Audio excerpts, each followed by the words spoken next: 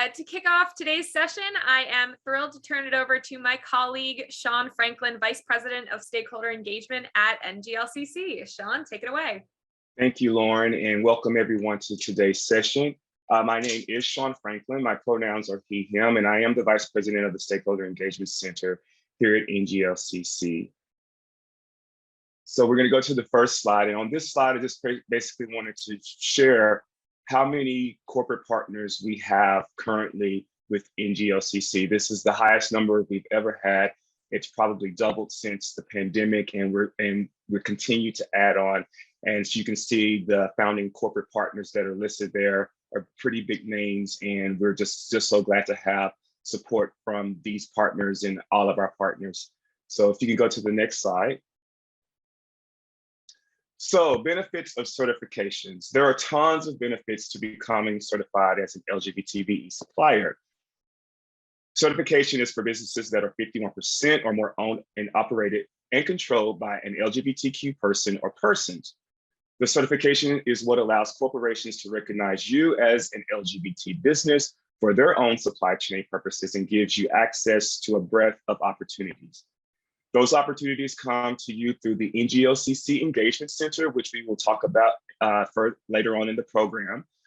This is an opportunity to market your company as an LGBT-owned business. More and more companies are specifically looking to work with diverse suppliers. And there's also a plethora of educational opportunities for you and your companies through the Nglcc. Finally, in addition to the education programs, we have our annual Nglcc Business and Leadership Conference. We just had it in Las Vegas. It was a great success. If you weren't able to make it, we hope you'll be able to make next year's. It will be in Denver, Colorado in August. You can find that information on our website. And beyond the conference, we host virtual matchmaker events throughout the year to connect certified LGBTBEs with corporations. And this is a huge opportunity to get your company in front of your ideal client, and you must be certified to do so. So Nglcc Stakeholder Engagement Center, this is my baby. This is the organization or the group that I lead.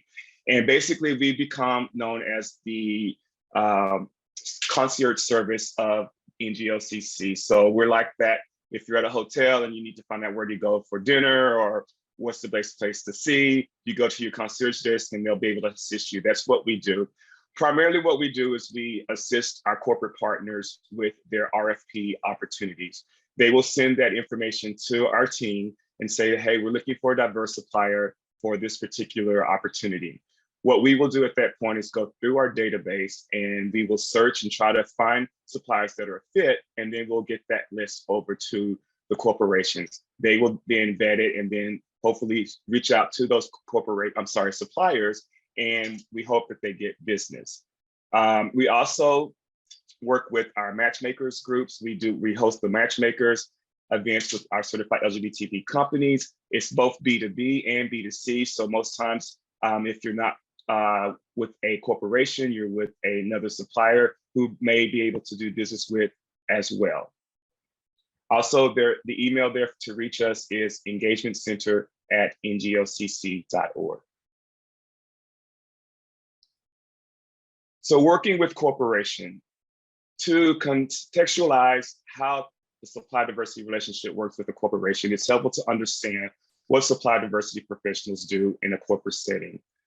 They're not the folks who make the final purchasing decision, but they are advocates that look for opportunities to include diverse suppliers. So many times when you're going to the networking events, corporate or to conferences, these are advocates for the companies who are looking for suppliers for their businesses or their business owners. So they're not the ones who makes the final decision, but they are good people to get to know. So always, you want to get visibility with these individuals so they know who you are and they know where to put you in their organization. Next slide, please. So this is the homepage of my Nglcc. So when you become certified, the process is beginning to members of your local chamber, you'll create a profile in the My Nglcc portal. Afterwards, you would need to keep your profile up to date. This is the portal where the Engagement Center will search when we have opportunities that come. This is what corporate partners will look when they're looking for suppliers for a particular opportunity. So you want to make sure that your information is up to date, your website is working, your contact information is working. And I can't stress enough about having great keywords, because that's what we use when we do a search. And keywords are just the words that kind of tell what your company does. And we ask you to keep the keywords simple. I know there's a lot of company jargon and things like that, but people may not know what that is. But if you take out trash, say trash is a keyword, and not make it some big disposable something, what other word that will, make it not be something that we would ordinarily put in as a keyword to search for your company. So you want to make sure your website is right, your email is right, your contact information is right, your description is right. We also ask that, and on the description portion, if you're going to copy and paste it from your website, please go through and edit out all the website links and jargon out of that, because it makes it look ugly once we pull up that information in your description. And it's my Nglcc.org is how you go and you sign up. If you haven't gotten that information, you can reach out to our supplier diversity team and they can get you set up for that. Next slide, please. So certification is the starting line, but not the finish line. Certification is, while joining the Nglcc network as certified supplier is the first step to the journey, you have to work to leverage these benefits and resources. So you can't just sit in that database that I just talked about and hope that your opportunities are going to fall in your lap.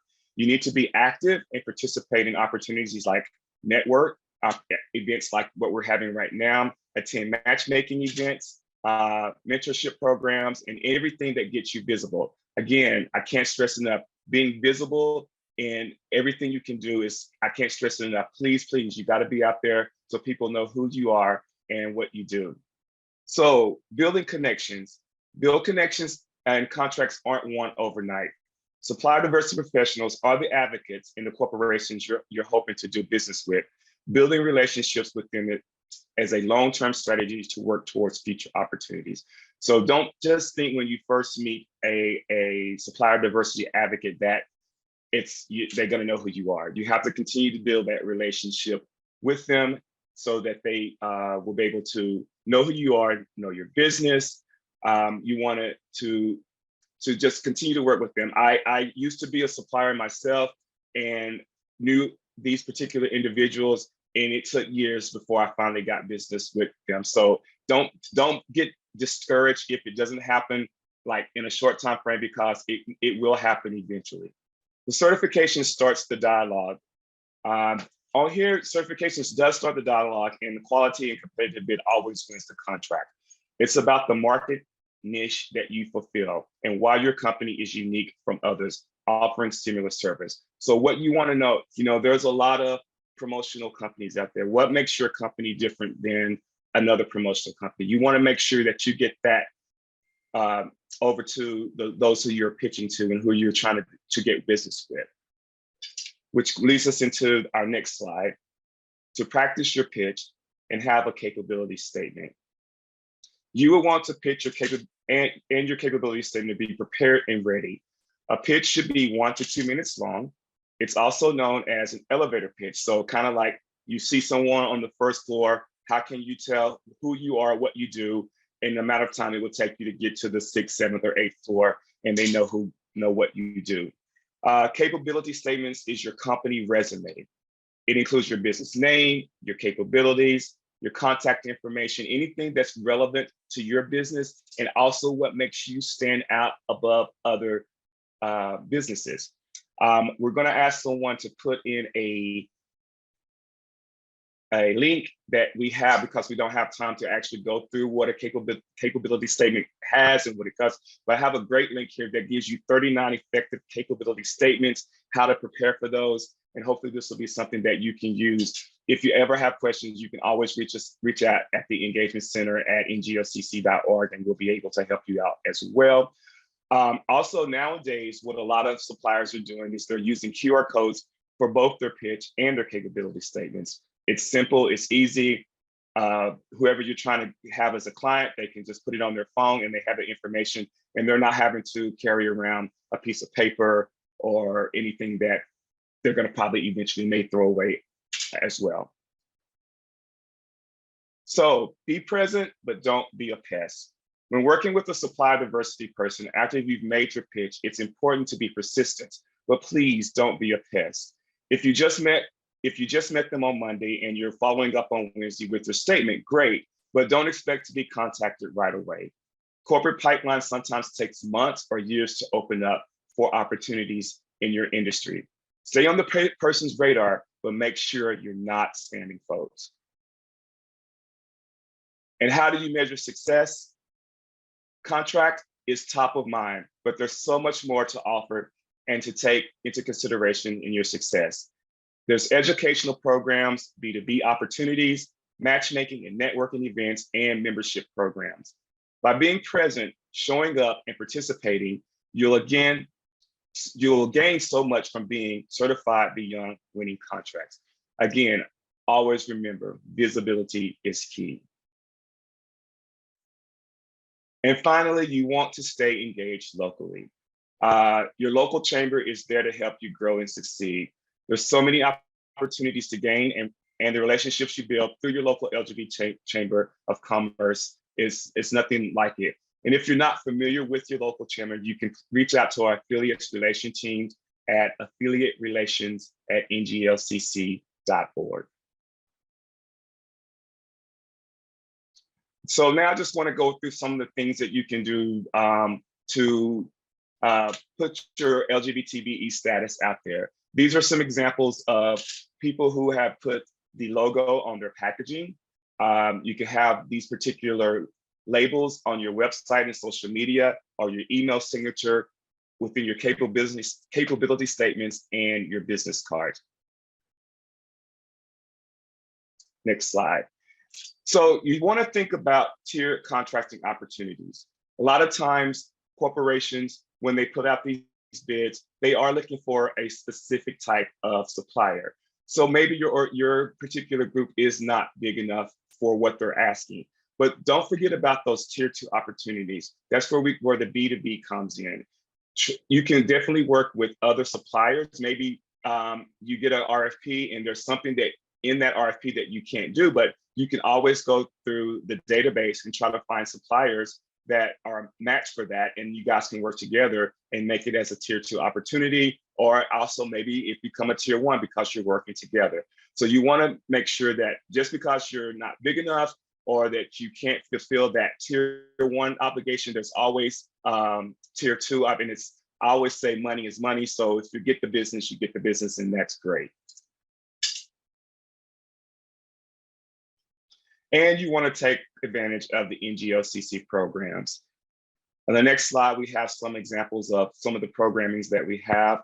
We have our Nglcc Mentorship Program. This program is basically where you'll have someone from our corporations who will act as a protege or SME to you. They'll give you different knowledge with your business. They'll work with you on your business plan. Any questions that you have to try to make your business grow, and also to get you business with any of these corporations that are partners with us. There's an email there if you want more information, membership@nglcc.org. Also, some of our current programs and initiatives, we have our Webinar Wednesdays, which usually happen every Wednesday of the month or every other Wednesday. Our Sip and Pitch Fridays, which became very popular during the pandemic. It's an opportunity where you have 5 minutes to pitch your business in front of a panel of judges who will provide you feedback on your pitch and give you some great, correct or not corrected, but some good information to help your business grow. Again, as we stated earlier, we have our matchmakers. We usually have them once a month virtually. At our events, we just try to have them face-to-face. And we have our Accelerated Certified LGBT Capacity Development Program that you can also apply for. Part of the industry councils that we have here, we have our construction, we have our marketing related, our food and beverages, our National Legal Industry Council, and Pharma Opportunity. And we're currently working on banking and finance. So if you're a part of these individual industries, you're automatically are welcome to join, become a part of these, so that when we do have matchmakers for these industries, you'll be definitely included in the invite, and also be able to be in front of our corporate partners. So that's pretty much it for me. That's my information if you want to contact me directly. As Lauren says, we'll do Q&A towards the end. So I'm going to turn it back over to her now. Thank you. Sean, thank you so much for all of that. And thanks for the work that you do with our Stakeholder Engagement Center, helping out our suppliers, getting them connected with our corporate partners. Now I'm thrilled to turn it over to Stephanie Green, Executive Division at the California Public Utilities Commission, to talk about doing business with the CPUC as a California LGBT business. Stephanie, over to you. Okie dokie, I was just getting the presentation up so I can share my screen. Bear with me just 2 secs. Okay. To make sure we're sharing the right one. That looks like it. And I will go to slideshow. Okay, that looks like, this looks like it. Hello, everyone, and welcome. Glad you all could come today. I am Stephanie Green. Is everyone seeing the screen okay and the slides okay? Good. Perfect. I'm Stephanie Green. I'm with the California Public Utilities Commission, and I oversee our Supplier Diversity Program. For those of you who are not familiar with the CPUC, I'll just take a moment to tell you who we are. We are a California state agency. California is the 5th biggest economy in the world. So if we were our own country, we'd be the 5th largest country. We regulate privately owned electric, gas, telecommunications, water, railroad, rail transit, and passenger transportation companies like Uber and Lyft. We ensure access to safe, clean, reliable services and infrastructure at reasonable rates. And we protect consumers against fraud, as well as promote the health of California's economy. Now I want to tell you a little bit about our Supplier Diversity Program. It requires utilities and electric service providers to submit annual plans for how they're going to increase procurement from women, minority, disabled, veteran, and LGBT business enterprises. And they have to submit annual reports for their implementation or their performance. It requires community choice aggregators to annually submit plans to increase their procurement from small and local diverse businesses, and they have to submit diverse procurement reports. And it encourages cable television and direct broadcast satellite providers like Comcast or Cox, wholesale power generators, distributed energy resource contractors, and energy storage companies to adopt plans for how they're going to increase procurement from diverse suppliers. And it requires us, the CPUC, to annually report to our legislature on how our program is performance and how much opportunity our diverse suppliers are getting. And to explain our program a little bit more, General Order 156 provides the framework for our Supplier Diversity Program. And in April, we just had a rulemaking that updated the GO. And what it did was several things. One is added a goal for the LGBT business owners. It added a new group, persons with disabilities enterprise. It adopted a workforce and board diversity requirement. And so now our program has the following voluntary goals: 15% for minority, 5% for women, 1.5% for disabled veterans, and now we have an LGBT goal of 1.5%. Now it takes us 3 years to get there, but once we get to 2024, it'll be 1.5%, it will remain. And we're one of the first out there to set a goal, and just reminding that these goals are voluntary, that they're not set aside or mandates or quotas, but we do take them seriously, as do the companies that are part of our program. And this slide just shows you some of the 30-odd some companies that participate. You have on the communications front, you have T-Mobile, Verizon, AT&T, you have Comcast and Cox, some of the carriers. Electric, you have PG&E, San Diego Gas and Electric, Southern California Gas, Southern California Edison. There's a breadth of water companies. So this just gives you a quick feel for the breadth of companies. Now, what does all this mean? What happened last year? How did these utilities do? Well, I would tell you last year, 31.2% of all of the spend was with diverse suppliers, and that came to $12.3 billion. That's $12.3 billion of opportunity for diverse businesses in California. That was 2.1% for DVBE, 10.5% for women-owned firms, 18.5% for minority-owned firms, and you'll see it was only 0.14% for our LGBT. And our goal for this year is 0.5. So we have some work to do for LGBT. We're really wanting our LGBT firms to get certified, to contact and look for opportunities with these firms.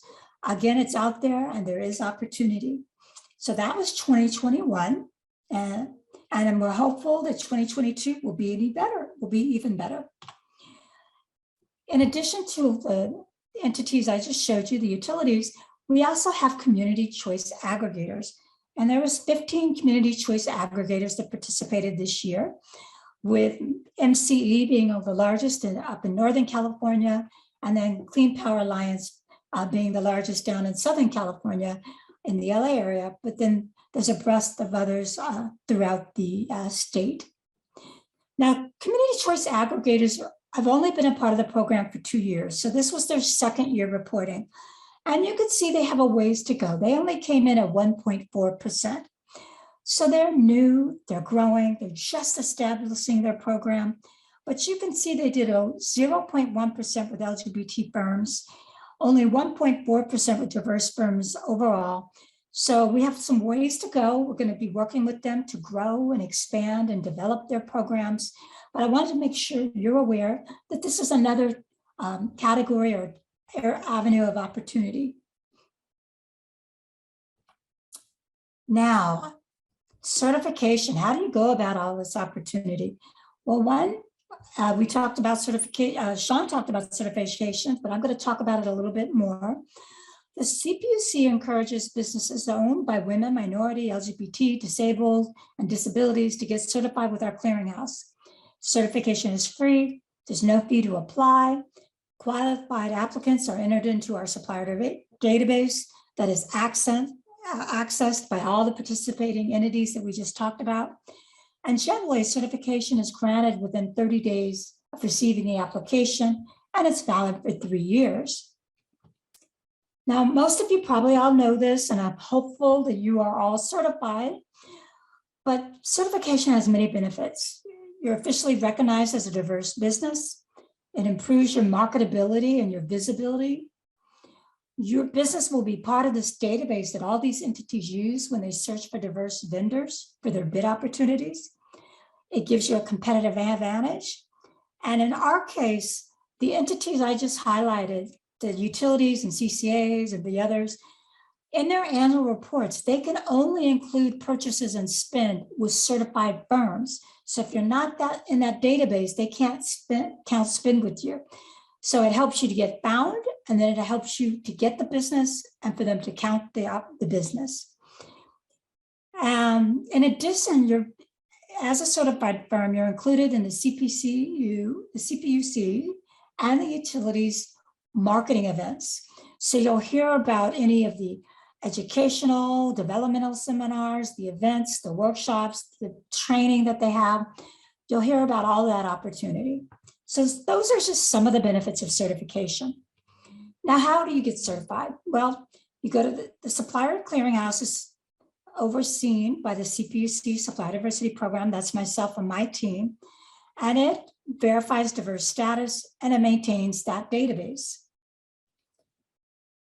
But the good news is the Supplier Clearinghouse, we have reciprocity with the National Minority Supplier Development Council, with the Women's Business Enterprise National Council, the Nglcc, US SBA 8A, and Disability IN. And I'm happy to say that if you are certified with one of these entities, like the Nglcc, we have a comparable agency verification. It's a reciprocal verification that streamlines and makes the application process very easy. But I have exciting news today. I've worked with some of the fantastic staff there at the Nglcc.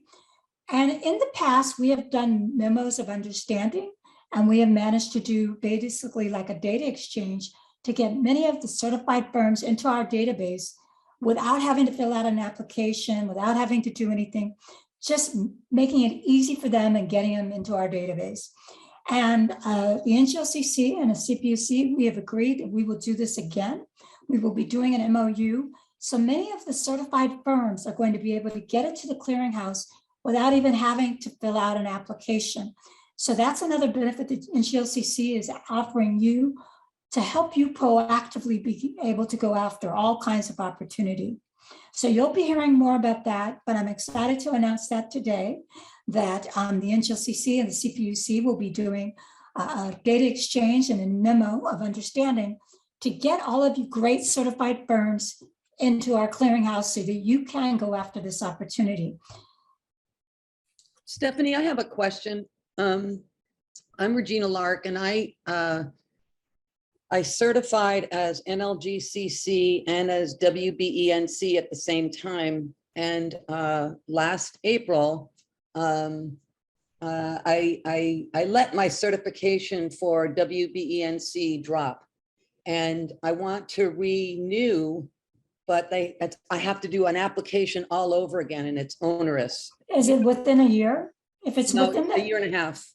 Okay, I think we should probably talk about this offline. Yes, if it's within the year of within the year of renewal date, you don't have to do that. Right. Unfortunately, you let yours lapse beyond that year. But perhaps we can talk offline. But yeah, I'm afraid you probably do have to submit the documents again. So the reciprocity agreement would not. Well, you know, are you still, is your certification with WeBank? I mean, did you say NMSDC or WeBank? I'm sorry. It was WeBank. Is your certification with WeBank still good? No, I said I let it lapse about a year and a half ago. So you let NGLCC though is what I heard, Stephanie. Her NGLCC is still Yeah, applicable. NGLCC, I'm So definitely. your Nglcc, yes, you are absolutely be eligible, but normally you would have gotten both. You would have had a WeBank and an NGLCC. So yes, you will get your NGLCC certification will be fine. But if you also want to go for your women's certification, you'll either have to get renewed with NMSDC, with WeBank, or you're going to have to get renewed with the clearinghouse. You can apply separately with the clearinghouse for your WeBank. You have a choice. Okay, how do where do I find the supplier? Well, you clearing? you didn't let me finish the presentation. We were going to hold in Got it. questions till the end, and that's actually segues nice to my next slide, which was, I was going to explain that the clearinghouse, the requirements are that you're 51% owned by the woman, minority, or LGBT, or the diverse entity. The management and daily day operations, as well as control, reside with that diverse person. Certification is free. Your application should be reviewed within 4 weeks. And if you get certified with the clearinghouse directly, it's good for 3 years. And to answer your question, this is how you contact the clearinghouse. It is www.thesupplierclearinghouse.com. And you can contact them at info@thesupplierclearinghouse.com. Their phone number is 800-359-7998. And so you can go to that website directly to apply. So in your case, Regina, if you wanted to pursue that woman-owned certification, you can either renew your WeBank, and then once it's renewed, come to the clearinghouse, or just go directly to the clearinghouse. But your Nglcc status and that certification should be there. So you already should be at least have that certification, no problem. It's just whether you want that second certification with the women-owned certification. Does that make sense? Yes, thank you. Okay, so this is how you contact the clearinghouse. And this is how you contact me, and I am always available. Happy to talk about the program, certification, challenges, how you can go about opportunity. And I am also happy to entertain any questions from anybody there. Stephanie, thank you so much. We really appreciate that presentation and our partnership with the CPUC. Now I'm very excited to turn it over to Jose Chavira, Supplier Diversity and Development at Southern California Edison. Jose, floor is yours. All right, thank you everyone. So definitely glad to be here. And Jesse, if I can ask you to just bring up that PowerPoint. All right, beautiful. All right. So I'm Jose Chavira. I am with the Supplier Diversity and Development team here at Southern California Edison. So I've been with the team about a year now, coming up on a full year. But first 5 years with the company were in procurement here. So I'm trying to bring that over, kind of give folks a little bit of that inside baseball here with, hey, what are the dynamics here of doing business with Southern California Edison? And one thing that we always try to push for as well when it comes to the information presented is how can you carry this information over when working with other companies, right? Not just utilities, not just Southern California Edison, but what are some of the basics here, right? So we're going to dig into some of those as well. And Jesse, can we go on to the next slide, please? All right, perfect. So just a few items that we're going to be covering today. You know, Southern California Edison, who are we? We are, fairly regional, right? Especially when it comes to our geography, to our footprint here. But we do work with suppliers from, across the nation. And of course, we also have global suppliers as well. So with that, we want to give folks a little bit more information about us and really start digging into the supplier diversity department here. What are our functions? It's what do we do and how do we do it? And part of that as well, we also want to dig into what do we procure, give folks a real breakdown of where our spend goes, just to make sure it aligns with, your offerings there as well.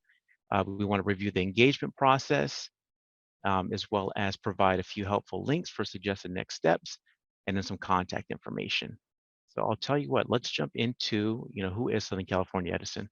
So we're an electric utility company here located in Southern California. We are investor owned. So with that, we're one of the largest electric utilities in the US. We provide power to about 15 million people within a 50,000 square mile territory.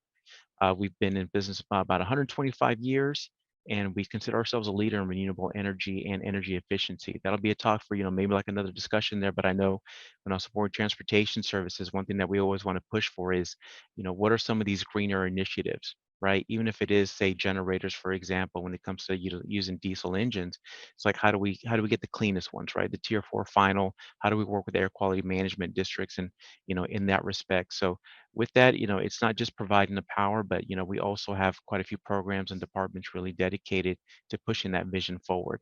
So you can see just on the graphic there, there's a territory, there's our footprint. It extends, mainly in Southern California there, goes up to the central area quite a bit. We have our neighbors to the north there, Pacific Gas and Electric. And then in Southern California there, that's where we'll have San Diego Gas and Electric. And of course, we have a few, local municipalities kind of thrown in there. So as we scroll down, let's talk about supplier diversity and development, right? So it's like, what do we do here? And if we look at our core tenets, looking at the first one, it's going to be supplier inclusion, right? So what does that mean? What does it mean to maximize that business value? So for us, that means engaging companies and not just engaging and having those conversations, but also getting them, a seat at the table when it comes to our bids, right? That's going to be a major driver. That's going to be the key lever for companies to get business with Southern California Edison, right? So with that, we want to make sure that folks know where, where the table is located as well, right? And how to get a seat there. And also just how do you get a great seat, right? To kind of carry on that same metaphor there, right?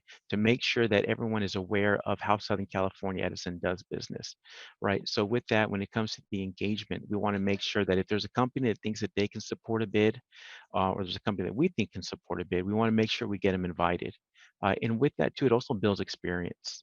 I always recommend, once invited to a bid, even if it's something that doesn't necessarily fall within your wheelhouse, go ahead and attend it, review it, join the bidders conference call, because that's going to give you a better feel for how we actually perform business, right? We're going to jump into this a little bit more, but again, as I mentioned earlier, just about like knowing what are the platforms, how does the company do business.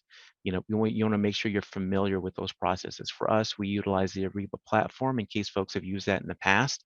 So with that, that's where we house all of our bids. So if you've used it in the past and you're familiar that you have to create a supplier profile, right? We'll cover that step as well in order to even be invited. And then with that, you also have to submit your bid package within Ariba.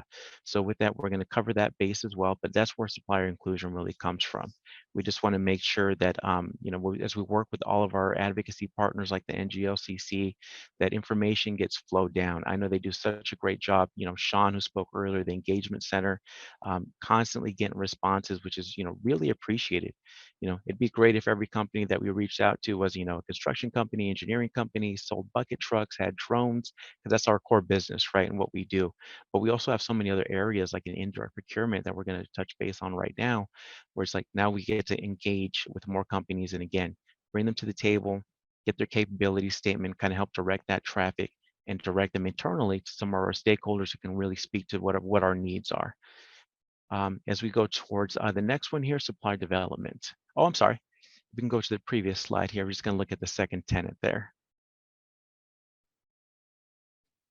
My apologies.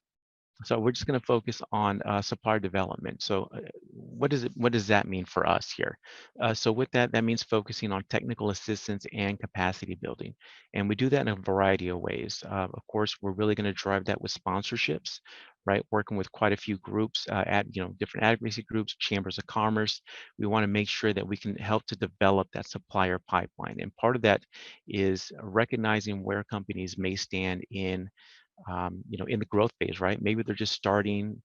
Maybe they're finally looking to grow, right? They've kind of hit some kind of critical mass. Maybe it's a new business, right? So we want to make sure that we can provide general information, right? In particular with sponsorships that we actually offer and facilitate to our advocacy groups. They're called STAR workshops, strategy towards achieving results. I know that Nglcc has put on a few in the past, as have other groups and partners. Dave was on the line here. I know with the DBA, I know you put some on as well. I think they're previously called the Edge workshops.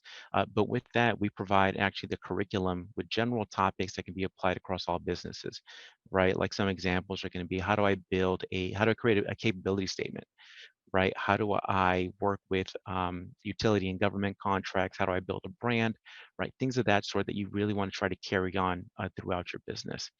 And then we also do focus on supplier outreach. So with that, it's going to be these days, a lot of it, has been virtual, especially over the past couple of years. But even just, examples like this, where I'm going to list my contact information here in the text box, folks can go ahead and reach out. We want to make sure that we make ourselves available, and it's not just a general email, but who's your main contact, right? I'm not going to have all the answers for you all the time, but my goal and my responsibility here is to facilitate that information and help drive those connections, right? And then, of course, at events here, we're looking to update our calendar and really post it online here for 2023. That when we go out to, events, companies know where to find us. That way they can go ahead and speak to us. We can sign up for matchmaking. And of course, just in an informal capacity, folks can go ahead and just reach out and say, hey, listen, can I carve out 15 minutes of your time? Get on your calendar. We want to talk. We think this is a good fit. We want to have that conversation. So. All right, and if we can scroll down to the next slide here. And we also want to talk about, what we've done in the past year with our supplier diversity and development team, right? So Stephanie, you brought up some great points about, where spend goes once we do that breakdown by diverse businesses, right? Just some high level numbers for us specifically, our third party spend in 2021 was about $6.4 billion there. And again, if you kind of, if you remember our graphic there, only a 50,000 square mile territory, we're not, national in that sense with our footprint, but, we have quite a bit of spend. And we are proud to say that our, 38% of our spend last year, which equates to 2.44 billion there with a B, was with diverse businesses, right? That's tier 1 and tier 2 combined. So again, we like to focus and say, hey, listen, this is what our goal is, and we want to be able to show that, we've actually, this is what we've actually attained. Our goal is always going to be a minimum 40%. We're always going to push for that year after year. We're always going to run into different challenges, just like every other, utility in business here. But that's where we set our goals at, right? Stephanie brought in the General Order 156 guidelines there from the California Public Utilities Commission. And I think, cumulatively it's closer to, I think, 21.5%, maybe 22 there with the new LGBT update. So again, we always like to just, we aim for 40% regardless of what that mandate is, right? And if you look over on the right-hand side there for that graphic, we did that with over 600 suppliers. The STAR workshops that I mentioned, right? We help facilitate over, close to 200 of those with our different advocacy groups. So again, this is to really like demonstrate what we've done. And Stephanie, thank you very much for bringing up the updates there with the CPUC there, and especially in the LGBT category. One thing that I always want to push for and just kind of mention is just leverage that, right? It's something that should have been there in place all along. I'm glad it's there now, but now that it is there, we want companies to go ahead and leverage that, especially when you reach out to companies, utilities, folks in my areas and responsibilities, to say, hey, listen, this is what we do, right? This is the value. But guess what? Now the cherry on top is we have this LGBT certification, and again, we want to just leverage as much as we can going forward, right? All right, can we jump over to the next slide? All right, so what do we procure? Again, as I mentioned before, it'd be great if everyone was a construction company, engineering company, vegetation services, whatnot. So if we look on the right-hand side there, 75% of our spend is going to be for transmission and distribution services and related materials, right? And as we kind of break that down, it's going to be various types of constructions. Construction, right? We're going to have line construction, civil construction, substation. Construction management services is huge for us, as is vegetation management, given our territory, as well as wildfire mitigation plans. As well as vehicle fleet services, all these kind of supporting functions that we may not think of off the top of our head, but it's like, hey, what's required to really run the company, really support the grid, right? We also have aircraft operations. I get support of that group in supply management, and it was great to see, what that team has done, improvements that we've done just from an aerial perspective with, say, like LiDAR and whatnot, thermal imaging. It's all pretty cool stuff, but again, all tied directly to the grid, just so we can develop a better, smarter grid here. And of course, in the middle column there with direct materials, again, those are just the actual goods associated with the direct services. And we don't want to forget about indirect services, right? This is going to be where we're going to have less spend, right? Closer to 25%, but still sizable, right? Our third-party spend was still $6.5 billion last year, 6.4. So there's a good chunk of change there in indirect services, and these are items that really underline support the rest of the company. They kind of allow for everything else to happen, right? This is, telecom, IT services, staffing services, food services, office supplies. Consulting is actually a big one too that we've seen. So again, this is where we want to make sure that we can align that supply and demand, right? Now, as far as our schedules go, they vary. We'll have planned and unplanned work. For the planned work, for the most part, we're going to go off of contract cycles. So again, when working with companies, and Sean, you had mentioned this earlier when it comes down to patients and working with companies, right? So with this, like, say you fall within one of these areas, let's just take the first one there, environmental services, right? And you say, hey, listen, it's exactly what I do. You say, great, but we already went out to bid. It's a 3-year contract. Be patient with us. Next time we go out to bid, we definitely want to get you invited. So with that, it's like, how do you keep each other on the radar? That's one thing that we want to focus on, and we'll touch base on the engagement process as well. But again, just when you work with the company, ask them what that contract cycle is like. When are they really going out to bid? Are there direct award opportunities? Is this something that they refresh, every 6 months, every year, every 4 years? Be familiar with that. That way you can get familiar with the timing and when to reach out there. All right. And if we can go on to the next slide, please. All right, so this is a simplified version of the engagement process. Really, there should be like 500 boxes on here, right? Because again, it comes down to timing. There's so many things that come up in the meantime, right? And for folks that have been gone through the engagement process, reached out, I understand it can be frustrating. But part of that, what we try to do is demystify it, right? It's something that we've heard across the board. It's like, hey, let us know how you do business. When should I kind of like jump in here? So the first step is just going to be introductions, right? You might reach out to us. Maybe we meet at a matchmaking event, but there we exchange information. The next stop that we really want to focus on are, hey, what are some of the basic requirements, right? We can get into, before even necessarily jumping into, hey, this is what I do, which is great. You want to make sure it aligns, but also what should every company know in order to do business? So for ourselves here at Southern California Edison, a couple of crucial steps are going to be registering within the REBA system, because that does a couple things for us. Initially, it creates a supplier profile. What that supplier profile then allows us to do is invite that company to various RFQs, RFPs, whatever the case might be, right? But one thing that's nice about the Ariba system is, say we're crunched for time, we have an RFP, a request for proposal, also known as a bid there. We have something urgent, we got to get it out in 2 weeks or less, right? Maybe we don't necessarily have the time to reach out to our advocacy groups, to our chambers, get those responses, do an in-depth analysis. Maybe it's a lower spend category, something along those lines. Once you're already within the supplier profile, we can do a quick search in there based on, commodities, descriptions listed, make sure that you have that populated, that you have, this really kind of fleshed out supplier profile that allows us to do a better search, right? Right. And in that case too, that also allows our agents to go in there and do their own search, right? Again, say it's a smaller bid, maybe they say, hey, listen, we don't have time to reach out right now. We got to get this out. I think I had one last week that they had like a 1-day turnaround.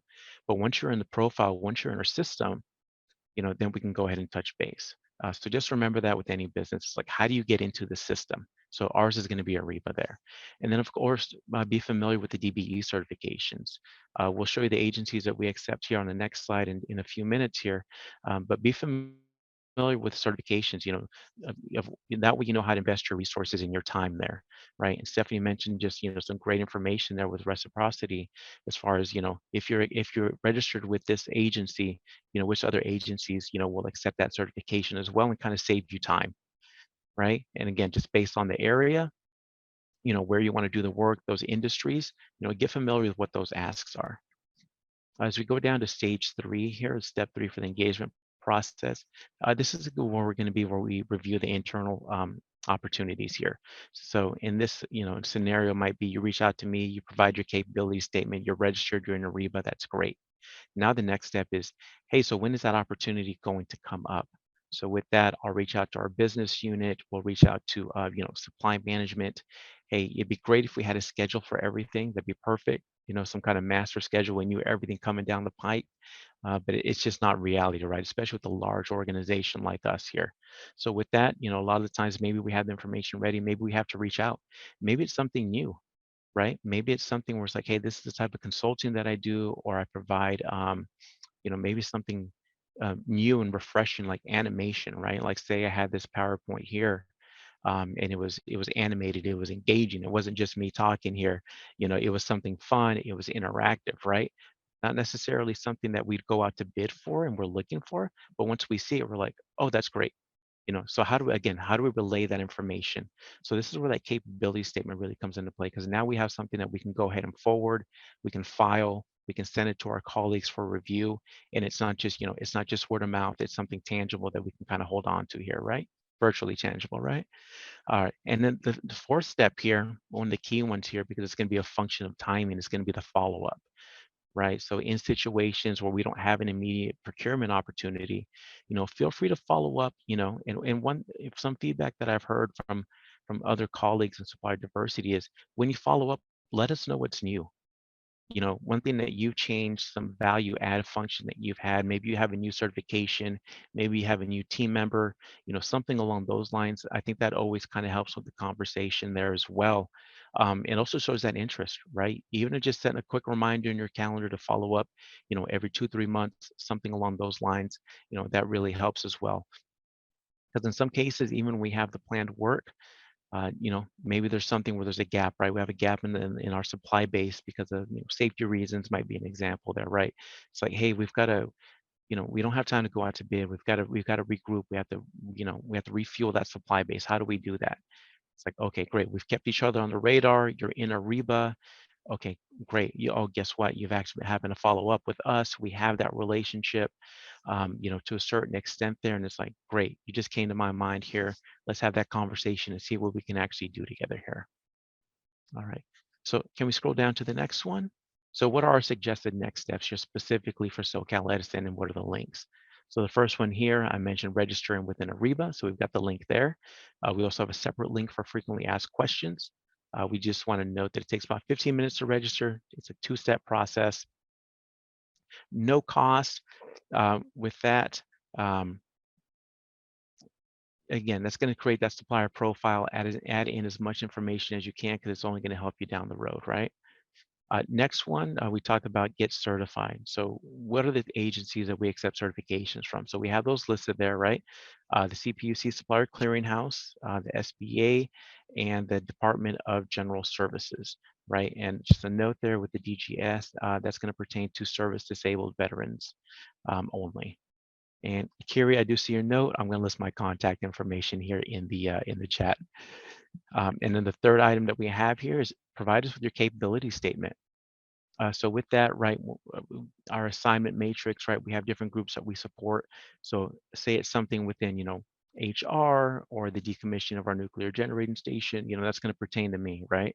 But say it's another area, right? So in transmission distribution there, I can pass that along to my colleagues. Again, now it's going to be in their Outlook. Now we have something we can go ahead and review. We can forward as a team, really tie it back to that timeline. And again, if you need any help with that capability statement, we have workshops on that. Feel free to reach out to me directly. We just want to make sure that folks get more and more comfortable, with those, those elevator speeches, right? Where it's like, hey, this is what I do. This is how I do it. It's on a one-page document ready to go. It's clear, it's concise, it's efficient, and we can go ahead and use that same information going forward, right? And as we scroll down to the next slide here, the last one. So now you have my information here. You have my email. I'm going to put it into the chat box as well. You have our email address for our department, and then you also have a separate link that just really builds on a lot of the information that we have listed here. It goes into greater detail. We're always looking to update it. And again, feel free to use me as a resource going forward. We want to assist as much as we can, in whatever capacity that is here. So just really appreciate the time here, and thank you to the Nglcc and of course T-Mobile for sponsoring. Jose, thank you so much for that, and really appreciate the partnership with Nglcc, or with SCE and Nglcc. For this next segment, we're now going to hear from some of our affiliate chamber leaders on the benefits of certification from an affiliate perspective. So I'm going to turn it over to Dave Powell, Executive Director of the Desert Business Association. Dave, thanks for being with us. Thanks, Lauren, and thank you for putting up that picture that looks better than what I do here on screen today. Thank you. My name is Dave Powell. My pronouns are he, him. I'm the Executive Director of the Desert Business Association, the LGBTQ Chamber of the Coachella Valley, Palm Springs, California. You're in a unique situation here today because you have almost every one of the 7 Nglcc affiliate chambers online today. We all work together. We all partner on various projects, including this one with Nglcc and T-Mobile, and we're very grateful for that. My things I'm going to say, I try not to repeat everything that has been said, but so many important aspects there. But first of all, we'll start with engaging with your local LGBTQ chamber. Really important to do. Focus local, focus to see what we can do to help you in all of these processes. The importance of certification comes to us because we work with all of our utilities in California, gas, electric, water, telecommunications, through the CPUC and through their latest goal setting. And we often get reached out by our partner utilities and members to say, what members do you have that can help fit this need that we have. And as Jose had said, that things were sent out about what opportunities there are. We're regularly asked, how can do we have any members that can supply that? And one of the requirements is that they have to be a Nglcc or a supplier clearinghouse predominantly certified member. So it's important that you do that. One of the things we also do is continue to work with our members, work about capability statements. You've heard that brought up a number of times. Those are very important opportunities and very important trainings. We do that. But the most important thing is how we can connect with Nglcc, with our partner utilities, with our certified suppliers, and how we can bring that all together and working closely with the supplier clearinghouse, with CPUC, and with our other chambers. A couple things just to go to touch about is matchmaking. We do a lot of that through California, with Nglcc, with our suppliers. And I think it's really an important part to close the loop with your local LGBTQ chamber, see what we can do to help serve you, help to serve our utility partnerships and work together. So instead of repeating a lot of things that have been said, all of the importance, I see that Marquita has started and all those chamber leaders that are online, if you can put your information in there and have anyone reach out to us, and you don't have to reach out to all of us, you can reach out to whoever is most local to you or whoever you'd like to, and we will continue to bridge that gap for you across California. But it's really important. We want to help to be your conduit, and certification really helps, because in the last 6 weeks, I've gotten 2 requests for certified vendors. And I also have gotten requests from companies looking that they don't need certification. They're not looking necessarily for a contract reason, but they're looking for who is certified as an LGBTBE. And so they're looking to say, how can we close that loop and work within our community? So thank you for the time, and we will talk again. Dave, thank you so much. And I don't think that our second affiliate speaker is on the line, who's going to be joining us from Germany. So instead, I know that we have a few of our other affiliate chamber leaders here on the line. So I do want to give an opportunity to open up the floor. If any of you want to add anything to what Dave has said, or if you just want to start off our questions or any comments that you have, I do want to give space for any of our other California affiliate chamber leaders to chime in here.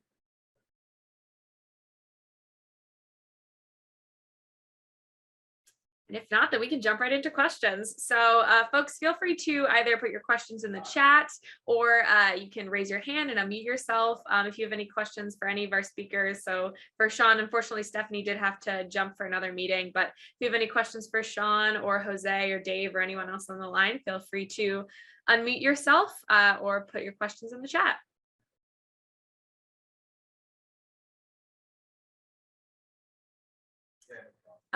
Jason, question about, can I observe at Sip and Pitch, or is it required to pitch your business? Yes, you can absolutely observe at Sip and Pitch. We do close out our Sip and Pitches with community and conversation, which is, it ranges. Sometimes we do icebreakers, fun conversations, speed networking. Sometimes we'll have a speaker. So yes, would highly, highly recommend joining for those Sip and Pitches, even if you're just joining as a spectator. I know I always have a great time, and you get to learn a lot about some of our other LGBT suppliers that we have during their pitches, and meet with other suppliers and other members of the Nglcc network as well. And then Jason, you mentioned that you missed the convention this year. What are the extra benefits attending in 2023? So that's a great question. So our conference next year is going to be in Denver. We're very, very excited. I believe it's in July, but team, correct me if I'm wrong there. So our conference, it's the largest LGBT business event on the planet. We have really amazing educational programming. We also do in-person matchmakers. We have a lot of virtual matchmakers that we do throughout the year, but thanks, Jesse. Yeah, August 14th to 18th, 2023 in Denver. So we have lots of educational programming. We do various educational tracks. So if you're going to be a first-time supplier, we have a LGBT boot camp that happens on the first day of conference that'll walk you through how to make the most out of connections that you make. And in general, it's just a really wonderful opportunity to meet face-to-face with Nglcc corporate partners and other LGBTBEs to help enhance your business, and also learn from some of the various educational speakers and other programming that we have throughout the year. Great question. Any other questions here, folks?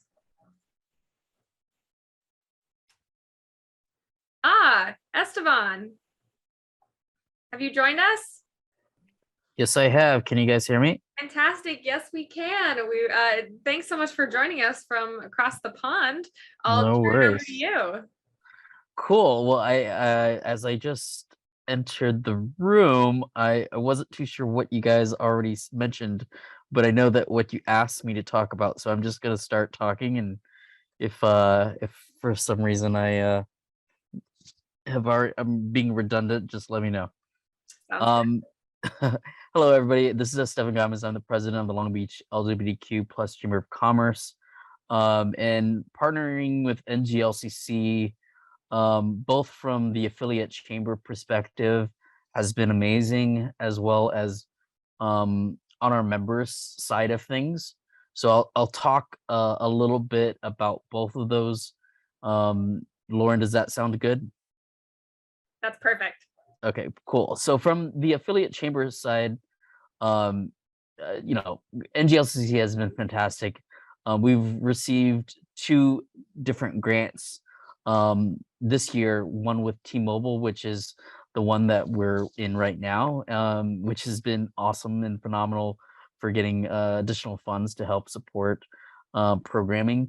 And another one was with Google, which was kind of doing some workshops about Google marketing technologies that either our members could host or somebody from Google themselves. And that taught a lot of our members great education on different marketing.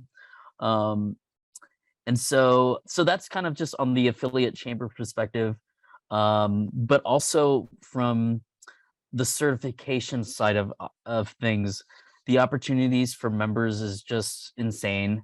So I just kind of wanted to talk about a little bit about those, and also just kind of my personal experiences. So not only am I the president of the chamber, but I also own my own business. I'm the co-founder and CEO of Keen Social. We're a digital media agency out of Long Beach. And you know, I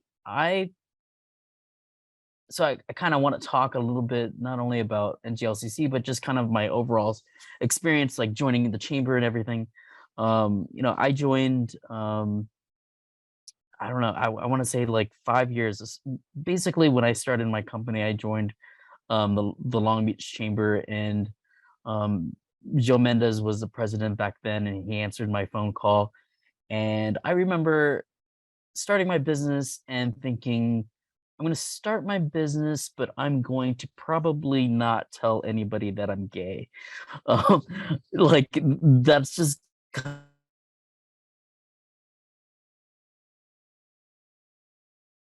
kind of like the initial thought that doing business.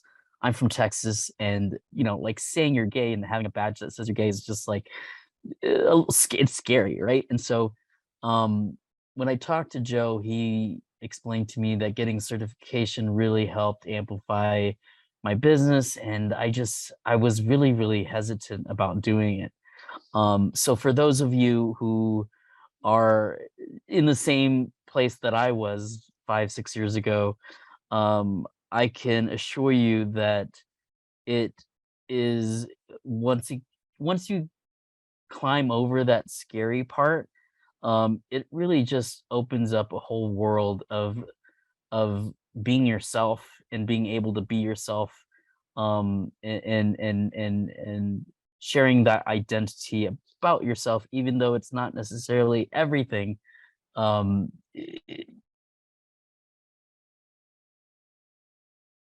You know, it is a part of all of us, right? And so being able to be open and having a certification just is powerful. And strength in numbers is powerful. So I just wanted to kind of just start with that and just kind of share my own little personal experience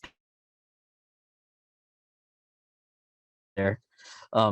But also certification has allowed multiple members from our chamber to land a business. So Trevor Rappelai with corporate filming, he recently won a contract with CVS. We had some previous members who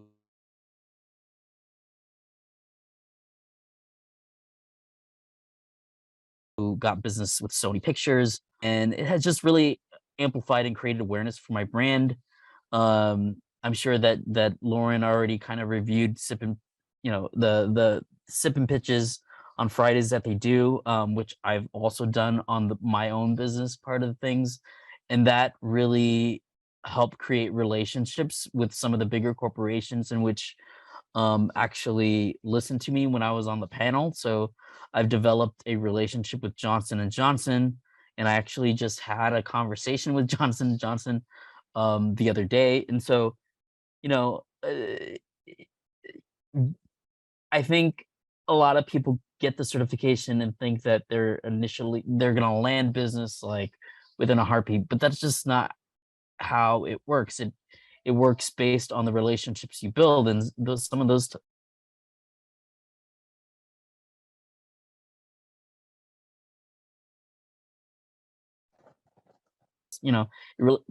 relationships. What matters is that you continue to build them, and they blossom into something where inevitably they trust you. I've also been a part of the Mentorship Program, which is an outstanding program that I hope that Nglcc highlights more, because it is such a fantastic program. I had Lisa Castillo from AT&T. She was my mentor. She's no longer with AT&T. She retired, but in the mentorship program that I was in for 2 years, it really helped me improve my own capabilities statement and my deck.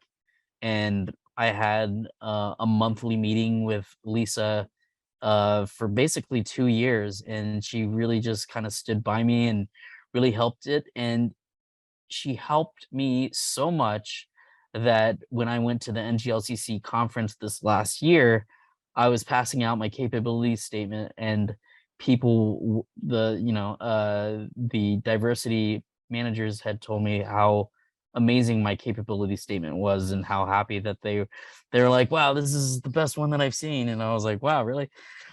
So like that mentorship program, I don't know, Lauren, if you already talked about it, but it is a fantastic program. I highly recommend. And if Lauren, I don't know if you've explained how people could become part of that program, but you should definitely talk about that after I drop off the call. So that mentorship program is everything.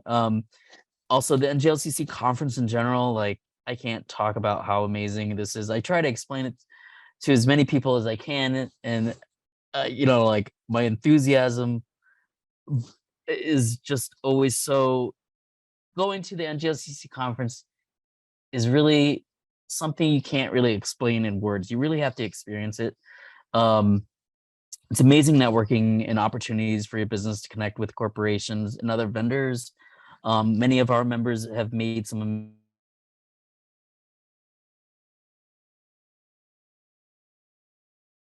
amazing connections this year with big corporations, and also in operations, but those relationships with other vendors too. So I've gotten some business not only with the corporations, but also on the vendor side of things, of just like, somebody who has a small business in Tennessee might need marketing. And so it's very easy to develop those relationships and create like a smaller business type of thing. The one-on-one matchmakings, I'm sure Lauren talked about that too. And the walk-in talks, those are phenomenal. One, how to develop a relationship with a diversity manager one-on-one and pitch yourself. My favorite are the walk-in talks, which is basically Nglcc hosts these things where they do kind of like it's kind of like a track and field type of scenario where you get to choose a supplier diversity manager of a big corporation and walk with them and then pitch your business while you walk with them, and it lasts maybe like 5 minutes. But oh my God, I really love that.